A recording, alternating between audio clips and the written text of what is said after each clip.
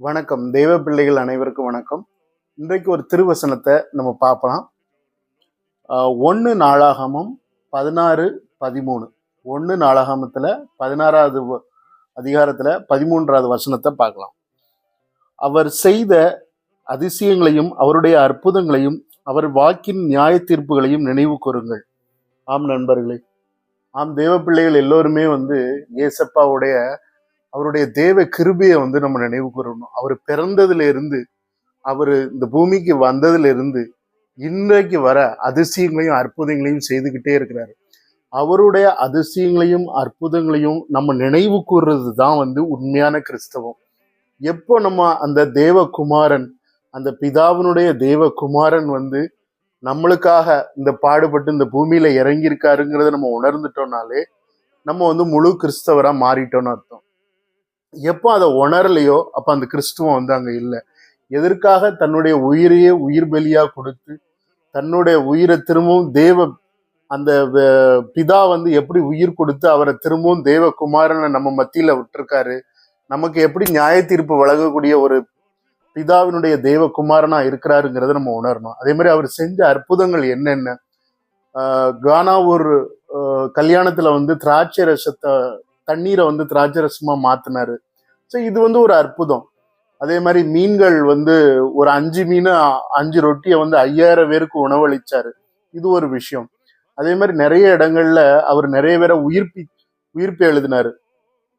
அதே மாதிரி லாசருவை உயிர் தெழ செய்தாரு. அதே மாதிரி கண்ணு தெரியாதவங்களுக்கு கண் கொடுத்தாரு. எவ்வளவு பாருங்க, எவ்வளவு பெரிய அதிசயங்கள். கண்ணு தெரியாதவங்களுக்கு கண் கொடுக்கறது, கண் கொடுத்துற விஷயமே கண் ஒளி கொடுக்குற விஷயம் நிறைய இடத்துல வருது பைபிள்ல. அதுல ஒரு சில இடத்துல உனக்கு கண் பார்வை அடைஞ்சிருவேன்னு சொல்றாரு, அந்த வார்த்தையினால அடைஞ்சிருது. சில இடத்துல மண்ணை குழைச்சி கண்ணுல பூசுறாரு, அதுல நிறைய பேர் அடையிறாங்க. நிறைய குஷ்டரோகிகளை நீங்க போய் அந்த ஆசாரியரை போய் பாருன்னு தான் சொல்றாரு. ஸோ இவருடைய வார்த்தைக்கு அவ்வளவு மகிமை இருக்குது. ஸோ பார்த்துட்டு வராங்க, பார்க்க போற வழியிலேயே எல்லாருக்குமே அந்த குஷ்டரோகம் சரியாயிருது.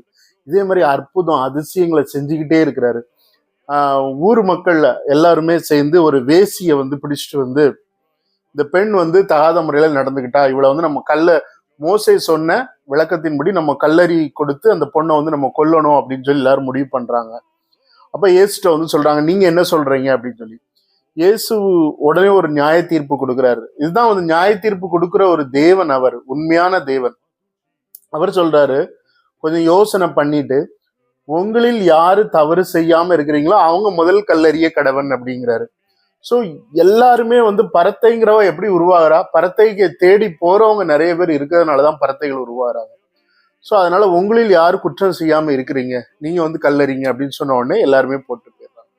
ஸோ இந்த மாதிரி ஒரு நியாய தீர்ப்பு வித்தியாசமா கொடுக்கக்கூடிய ஒரு தேவகுமாரன், அவருக்கு ஒரு இறக்கம் இருக்கு, மன உருக்கம் இருக்குது அவர்கிட்ட.